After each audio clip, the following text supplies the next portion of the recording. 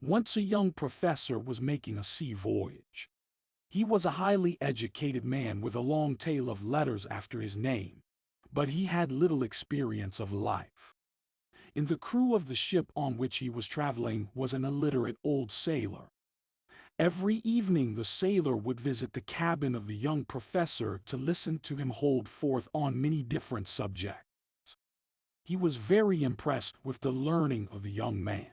One evening, as the sailor was about to leave the cabin after several hours of conversation, the professor asked, Old man, have you studied geology? "What is that, sir?" The science of the earth. "No, sir, I have never been to any school or college. I have never studied anything." Old man, you have wasted a quarter of your life. With a long face, the old sailor went away. If such a learned person says so, certainly it must be true, he thought. I have wasted a quarter of my life. Next evening again, as the sailor was about to leave the cabin, the professor asked him, Old man, have you studied oceanography? "What is that, sir?" The science of the sea. "No, sir, I have never studied anything." Old man, you have wasted half your life. With a still longer face, the sailor went away. I have wasted half my life. This learned man says so. Next evening, once again, the young professor questioned the old sailor. Old man, have you studied meteorology? "What is that, sir? I have never even heard of it." Why, the science of the wind, the rain, the weather.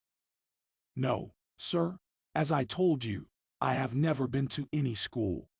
I have never studied anything." You have not studied the science of the earth on which you live, you have not studied the science of the sea on which you earn your livelihood, you have not studied the science of the weather which you encounter every day? Old man, you have wasted 3/4 of your life. The old sailor was very unhappy.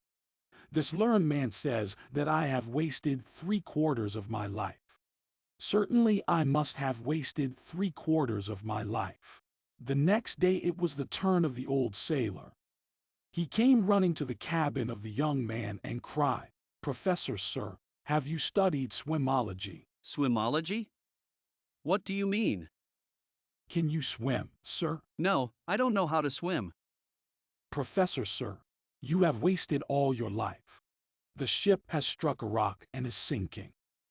Those who can swim may reach the nearby shore, but those who cannot swim will drown. I am so sorry, Professor, sir. You have surely lost your life.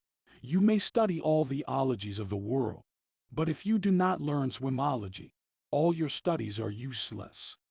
You may read and write books on swimming.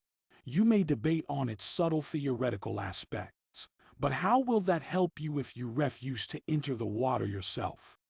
You must learn how to swim.